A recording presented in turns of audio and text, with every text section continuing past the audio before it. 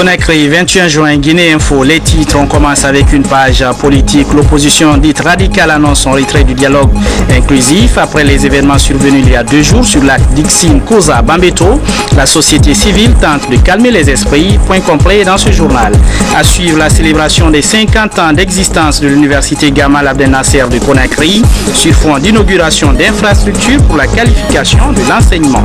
Et puis nous irons à l'AD où la journée mondiale de la santé est célébrée cette année. L'opportunité pour les professionnels de la santé d'échanger sur l'hypertension artérielle. Les détails dans Guinée Info, votre journal. Bonsoir à tous, merci de nous choisir. Vous êtes sur la télévision nationale. Ce qui concentre l'attention ce soir, je vous le disais en titre, l'opposition dite radicale se retire du dialogue inclusif. L'annonce a été faite aujourd'hui, 2 jours après les derniers incidents survenus à Conakry. Une mauvaise nouvelle pour la société civile. Elle joue aux sapeurs-pompiers pour calmer les esprits, relancer le dialogue qui suscitait beaucoup d'espoir après ses premiers résultats. Kamara Boubacar. L'élan d'espoir suscité par le dialogue politique vient de prendre un coup. La réaction minimale que nous pouvions adopter, c'était celle que nous avons décidée, c'est de boycotter pour le moment ce dialogue jusqu'à ce que les questions sécuritaires soient complètement résolues. Cette nouvelle prise de position mesurée de l'opposition guinéenne est diversement interprétée par les acteurs politiques. Les partis de la mouvance privilégient encore le dialogue. Nous pensons que ça ne peut pas entraîner de facto la suspension du dialogue qui continue son cours et qui doit nous conduire à l'organisation des élections législatives. Nous condamnons tous les incidents qui ont eu lieu. Le gouvernement a promis qu'il va faire son mieux et que toutes les parties en jeu doivent faire leur mieux pour que nous sachions si c'est des personnes qui sont infiltrées. Entre les deux bords politiques, la société civile joue au rassemblement et à la sagesse pour éviter une nouvelle crise. J'appellerai peut-être aujourd'hui l'opposition à comprendre que nous sommes dans une situation très difficile. La population est en train de souffrir. Elle a raison. Elle a raison de prendre cette position. Mais ils ont dit suspendu. Et nous pensons que la suspension, on les appelle pour faire lever la suspension le plus vite que possible pour que reprenne le dialogue. Le prolongement exceptionnel de l'opération de révision du fichier électoral, le consensus autour d'un nouveau chronogramme et quelques questions sociales sont les points qui restent à débattre dans le dialogue interguinéen. Éducation, l'université Gamal Abdel Nasser de Conakry célèbre ses 50 ans d'existence. L'opportunité pour les responsables de la première institution d'enseignement supérieur de Guinée d'inaugurer certaines infrastructures. On peut compter par exemple un laboratoire d'expertise et d'analyse. Yaya Silla nous en dit plus. L'université Gamal Abdel Nasser de Conakry a désormais un site web. C'est le Premier ministre, chef du gouvernement, qui a lancé ce site ce matin devant un parterre d'étudiants et d'encadreurs de l'université mère de Guinée. En plus de ce site, les étudiants ont aussi un magazine Gamal Info, mais surtout un nouveau laboratoire d'analyse et d'expertise. Une manière d'entrer de plein pied dans le monde des nouvelles technologies de l'information et de la communication. Cet important événement intervient dans un contexte de changement visant à faire de la Guinée un pays émergent selon le programme du professeur Alpha Condé, président de la République, chef de l'État. Pour la mise en œuvre de ce changement, nous nous sommes assignés des contraintes qui ne peuvent se concrétiser que dans l'accomplissement effectif de nos missions. Il mérite d'être signalé que la massification des effectifs des étudiants nous impose de relever le défi de la qualité de la formation. À l'heure actuelle, le remède est le recours au TIC, au développement des laboratoires et des bibliothèques matérielles et virtuelles. La télééducation est l'application des technologies de l'information et de la communication type à l'exercice de l'enseignement à distance. Le ministère des Postes et Télécommunications et des Nouvelles Technologies de l'Information et de l'Enseignement supérieur et de la Recherche scientifique ont ainsi décidé de procéder à la remise des équipements du site e-éducation ce jour, le 21 juin 2013. De même, dans le but de la pérennisation et de la vulgarisation des acquis du dit projet, le gouvernement propose l'extension de ce réseau dans d'autres institutions universitaires de notre pays. L'université Gamal Abdel Nasser, qui célèbre le cinquantenaire de sa création dans le courant de cette année 2013, s'est véritablement développée en infrastructure et en matériel de formation. Je note avec satisfaction que les efforts déployés par l'équipe dirigeante de l'université contribuent à l'effort d'amélioration des formations et des apprentissages. Je salue ces efforts et promets que le gouvernement mettra tout en œuvre pour renforcer cette dynamique. Des explications sur le fonctionnement du laboratoire d'analyse et d'expertise et des sciences pratiques des cours de formation au centre e-learning ont bouclé cette cérémonie de lancement et d'inauguration à l'université Gamal Abdel Nasser de Conakry. Les responsables du ministère des Affaires sociales rencontrent les cas de certains départements ministériels et du Comité national de lutte contre le sida. Ils échangent sur la prise en compte du genre dans la politique programme du pays. Mohamed Kourma. Renforcer les capacités des membres du groupe thématique genre national afin d'assurer sa prise en compte dans la politique programme et projet du pays en matière de santé de la reproduction, telle était la toile de fond de cette rencontre. Durant 2 jours, les participants ont suivi des enseignements relatifs à l'approche genre qu'ils pourront utiliser comme outil d'analyse pour mieux cerner les objectifs de développement liés à cette notion dans la complémentarité d'action entre l'homme et la femme dans tous les domaines. J'ai acquis beaucoup de choses, j'ai renforcé mes compétences dans le concept genre, mais aussi j'ai pu faire connaissance avec les autres membres du groupe thématique genre, des autres départements ministériels. Les acquis sont immenses parce que ça nous a permis de comprendre les différents concepts genre. Nous devons faire en sorte que le genre soit connu du grand public. Et quand c'est connu, que ça soit respecté. Que les femmes aussi soient représentées aux différents niveaux de décision. Le directeur national adjoint de la promotion féminine et genre s'est réjoui des résultats obtenus au cours des séances de travail. Les résultats auxquels vous êtes parvenus au cours des travaux peuvent permettre d'améliorer les interventions du groupe thématique genre, aussi bien dans les orientations à définir pour la bonne marche de cette stratégie d'accompagnement que dans les propositions, amendements et suggestions à proposer au gouvernement pour la prise en compte effective du genre dans les programmes et projets de notre pays. Le réseau des femmes africaines ministres parlementaires de Guinée tient sa 4e assemblée générale. Un nouveau bureau a été élu au cours de cette rencontre.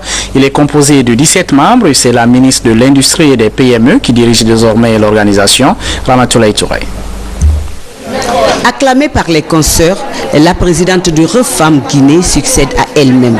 L'acte intervient au terme d'un premier mandat de 3 ans.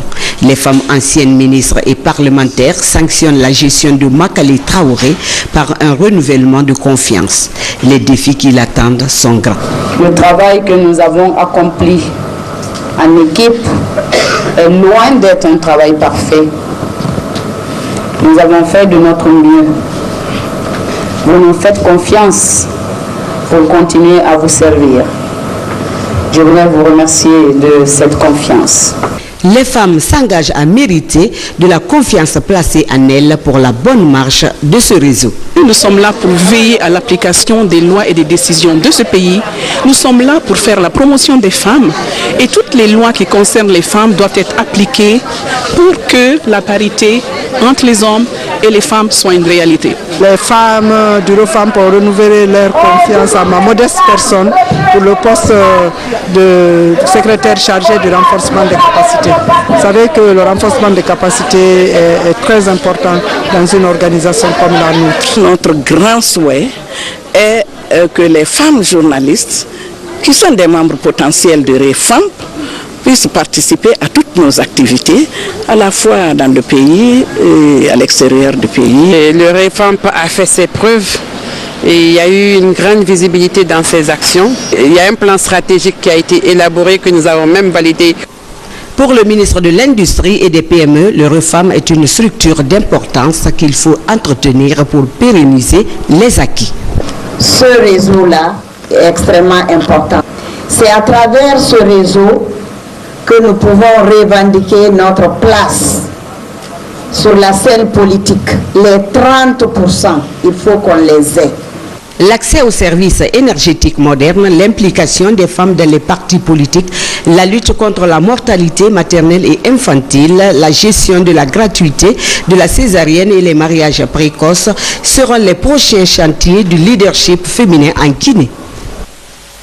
Un fonctionnaire du CICR à la RTG, il est en mission internationale et à Conakry, il tente d'engager un partenariat entre son institution et les services de médias publics de Guinée. Habib Djam. On mieux travailler ensemble à l'avenir.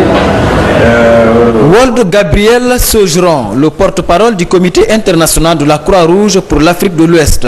En séjour à Conakry, l'hôte du CICR entame une visite de prise de contact avec les médias. Première étape, la RTG Coloma, où le spécialiste en communication a rappelé la mission assignée à son organisation. Il est extrêmement important pour nous d'utiliser les canaux de la radio-télévision nationale pour faire passer un certain nombre de messages. Comme vous le savez, nous travaillons sur le terrain avec les volontaires de la Croix-Rouge guinéenne et il y a un certain nombre de messages extrêmement importants que l'on veut faire passer, comme le fait de absolument devoir respecter les volontaires de la Croix-Rouge guinéenne, les ambulances de la Croix-Rouge guinéenne, pour que ceux-ci puissent faire leur travail au mieux et porter secours aux blessés pendant toute situation de violence qui pourrait subvenir. On a pu échanger avec les responsables de la radio, de la télévision. Le résultat, il a été positif. La télévision nationale constitue un espace privilégié pour le CICR dans le cadre de son plan d'action en Guinée. Fort de cette conviction, les responsables de la RTG promettent tout leur soutien à cette organisation humanitaire. Nous sommes largement ouverts à cette institution. C'est une institution au service de l'humanité. Nous connaissons cette institution sur les champs de conflit et sur les champs de bataille. Avec le comité international de la Croix-Rouge, la RTG est toute disposée à ouvrir portes et fenêtres. Être le gardien et le promoteur du droit international, tel est le mandat du Comité international de la Croix-Rouge. À ce jour, l'institution intervient dans plus de 80 pays à travers le monde.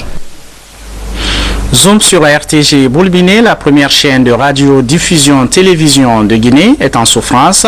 Depuis quelques années, rien ne va plus dans ce service, pas d'équipement approprié. Les travailleurs de cette maison se sentent oubliés. Malgré leur engagement à servir la nation, les conditions de travail se sont fortement dégradées ces dernières années à la maison mère des médias de l'audiovisuel guinéen, Sékou Souma. Si son aspect architectural, sa situation géographique par rapport à la mer séduit les observateurs, force est de reconnaître que derrière cette façade, la RTG Boulbiné ne possède rien d'autre de bon pour son fonctionnement en tant que médium d'État.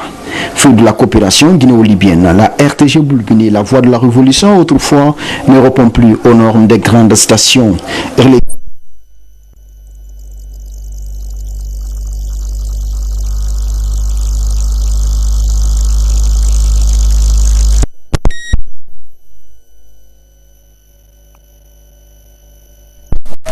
Ce qui fait que ces installations méritent une rénovation complète ainsi que des moyens substantiels pour lui permettre de répondre à sa mission de service public de proximité attentive à tous les problèmes de la nation guinéenne qui œuvre sans relâche au bonheur de ses populations.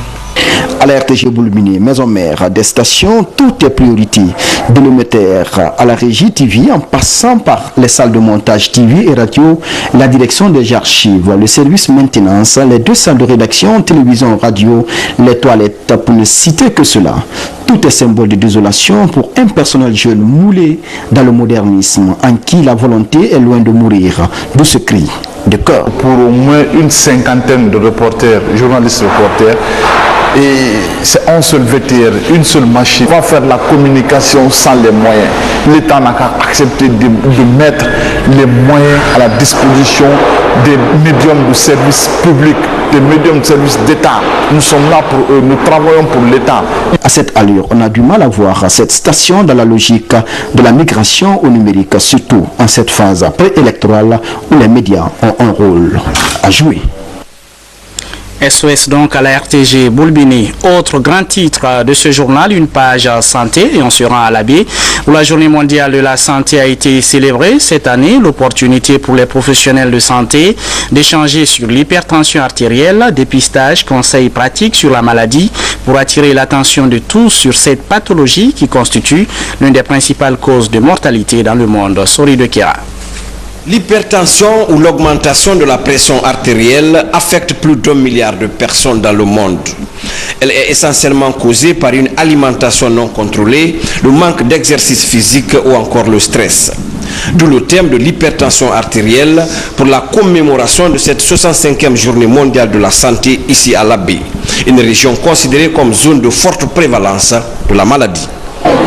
En milieu hospitalier, c'est plus de 50% des hospitalisations au service de cardiologie. Cette forme d'hypertension survient chez des personnes qui consomment beaucoup de sel, qui consomment beaucoup de graisse, qui ne font pas de l'exercice, qui ont un diabète, qui ont des antécédents familiaux de maladies cardiovasculaires, qui ont un excès de poids. Les ravages causés par l'hypertension artérielle, notamment dans les pays en voie de développement, sont dus au fait que la majorité des porteurs de la maladie ignorent leur statut. D'où l'importance de la sensibilisation pour le dépistage précoce de cette pathologie, conventionnellement appelée le tueur silencieux. L'hypertension artérielle grève lourdement les ressources financières de la majorité des personnes affectées, qui deviennent des malades chroniques ou finissent par décéder. Aujourd'hui, je pense que la population, n'est-ce pas, de l'Abbé est mieux informée sur la prévention et sur la prise en charge, n'est-ce pas, de cette pathologie. Je pense que la sensibilisation est en train de gagner sur le terrain dans la région de l'Abbé sur le problème des maladies cardiovasculaires. L'insuffisance rénale, les accidents vasculaires cérébraux et les attaques cardiaques sont parmi les principales complications de l'hypertension artérielle qui conduisent généralement à la mort. Au nombre des recommandations de la célébration de cette journée, cette marche du cœur qui est partie du gouvernorat au centre de formation professionnelle de l'Abbé. Le stage de formation de certains officiers militaires a pris fin, ici même à Conakry. Ils étaient une quarantaine à cette formation et ont reçu des diplômes de leurs supérieurs hiérarchiques. Lamine Sana Kamara. Bâtir une armée forte et disciplinée passe nécessairement par sa formation régulière. Dans cette dynamique, des stages de qualification de la troupe sont organisés à travers le pays. En témoigne la cérémonie de fin de stage de formation de la 3e promotion des chefs services administratifs et la 2e promotion des officiers de transmission des corps de troupes. Ce, après 5 mois de séjour dans les écoles militaires de Manéa. Nous souhaiterions que de tels stages se perpétue au profit des cadres de notre armée dans le but de contribuer à la qualité des services de l'intendance. Aujourd'hui, nous pouvons nous assurer avec conviction que les objectifs particuliers de ce stage ont été atteints, car l'enseignement dispensé avait pour objectif de forger un outil de commandement adapté en permanence à une situation tactique mouvante. Pour le cours de chef service administratif, il s'agit de former les personnels capables d'améliorer le mode de gestion des ressources humaines, matérielles et financières mises à la disposition des corps de troupes. Quant au cours de transmission, il s'agit de former ces stagiaires aux fonctions du chef de groupe de transmission radiotéléphonie et radiotélégraphie dans les grandes unités. Cette formation doit être donnée dans le souci de leur procurer l'amour de la patrie et celui du métier des armes. Chaque fois qu'une promotion sort d'une école, nous faisons un petit pas dans la formation et un grand pas dans la réforme entreprise par le gouvernement du professeur Alpha Condé. À l'occasion, un cross de 6 km dénommé Cross de la Mangrove est organisé.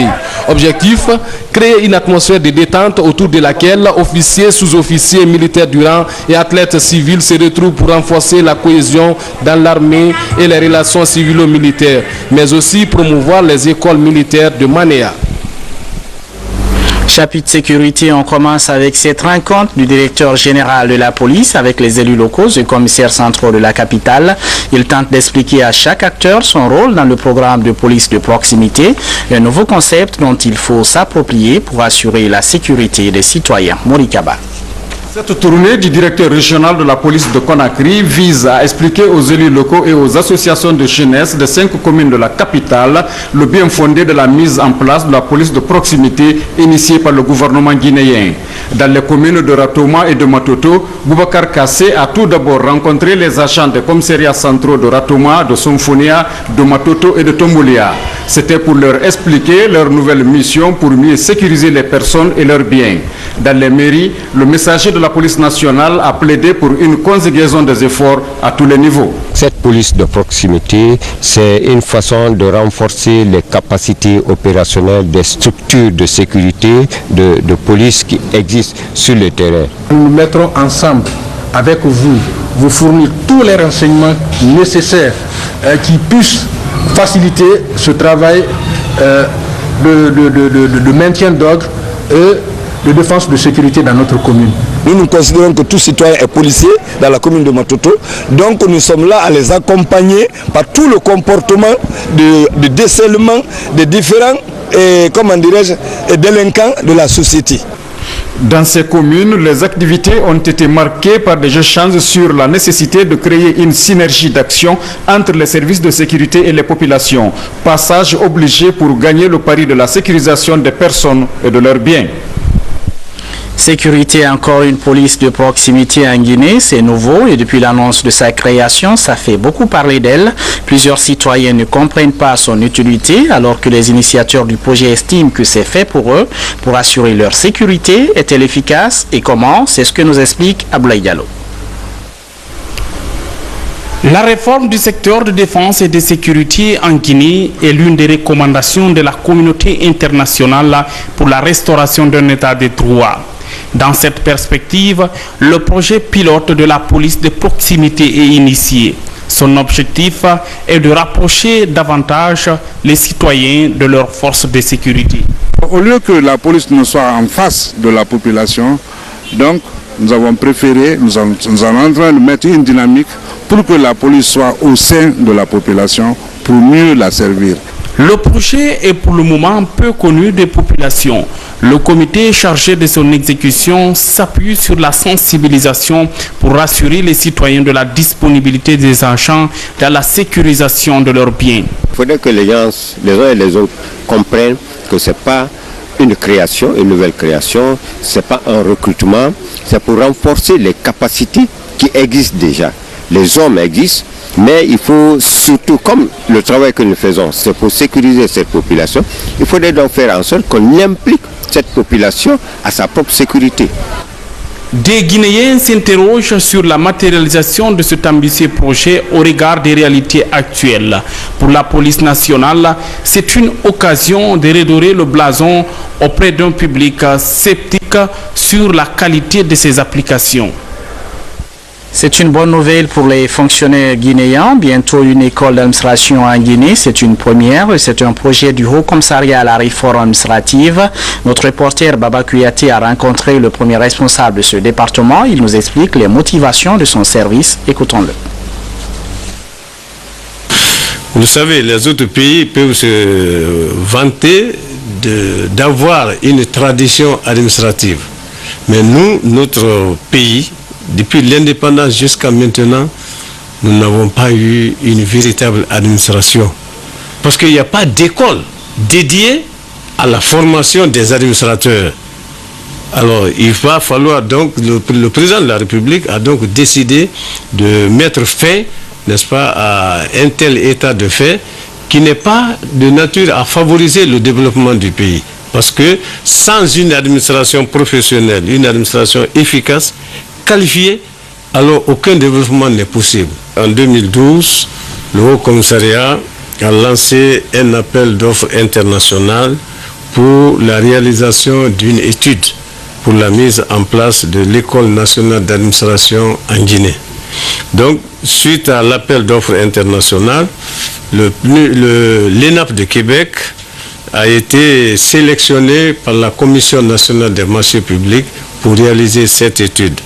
Donc avec l'ENAP de Québec, nous avons travaillé à la planification des activités liées à la réalisation, n'est-ce pas, de cette étude. L'Association des mères et enfants de Guinée fait de l'insertion sociale des couches vulnérables son cheval de bataille. L'organisation forme actuellement de jeunes danseurs et acrobates.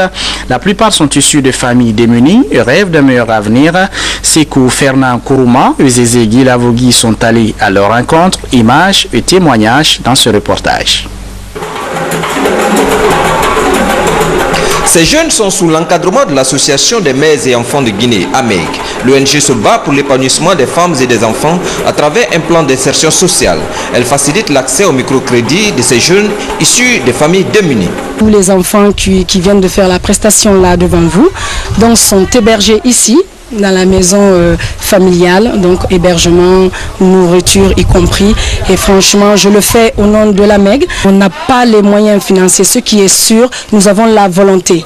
Je pense que avoir la volonté d'un tel grand programme est un très grand pas. Les moyens viennent après. Avec la volonté, oui, nous mettrons le paquet. La MEG accompagne des groupements sociaux en termes d'information, de sensibilisation et de formation pour la réalisation de leurs projets de développement. Le cas de cette troupe d'acrobates qui vise des sommets. Il y en a assez d'élèves tellement que j'ai décidé de rendre ça une école de cirque et de danse traditionnelle africaine à Moussou. Et donc j'ai besoin d'un centre. On a beaucoup besoin d'aide auprès de la présidente de AMEG pour étendre un peu son projet, en fait que nous aussi, nous puissions en bénéficier aussi. Pour réussir l'insertion sociale des couches vulnérables, l'AMEG souhaite un partenariat avec les pouvoirs publics pour que vivent pleinement les mères et les enfants de Guinée. On termine avec une page sport du football pour parler de la 18e journée du championnat de Ligue 1. Hier, on avait à l'affiche un autre duel après celui qui a opposé le Fellow-Star de l'Abbé au Batena Fadji. L'AS Kaloum a reçu le Hafia Football Club. C'était au stade du 28 septembre. Le résumé de la rencontre avec Isia Gassila. Quand c'est un derby, le football se moque éperdument de la réalité de l'heure. C'est le cas dans cette rencontre. Une équipe du Hafia mathématiquement condamnée à la relégation. Dès l'entame du match, le Hafia, comme il fallait s'attendre, subit la pression des Galactiques de Kaloum, ce qui dure 45 minutes avec le mérite de garder sa cage inviolée. À la reprise, l'AS Kaloum passe à la vitesse de croisière et pousse la défense du Hafia à l'agressivité. Conséquence, elle obtient un pénalty qui est réussi par Sambego Bangoura à un quart d'heure de la fin du match.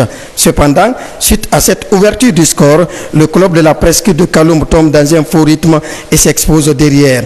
Ainsi, dans les ultimes minutes, l'attaquant du Hafia, Keita Alassane, lancé plein axe, profite du manque de communication des centraux de Kaloum pour placer cette feuille morte qui laisse Kemoko Kamara scotcher sur sa ligne de but. Un but partout est le score de ce derby qui aura tenu toutes ses promesses. À 4 journées de la fin du championnat, il faudra désormais à l'AS Kaloum d'engranger 12 points sur 12 possibles pour espérer troubler le sommet du Satellite FC et le Horea AC installé aux 2 premières loges du classement. Voilà, c'est tout pour les infos. Demain, vous serez avec Alia Kamara pour vous informer. Merci de nous regarder à Dalaba, Kamsar et Kouroussa. Restez fidèles à la télévision nationale.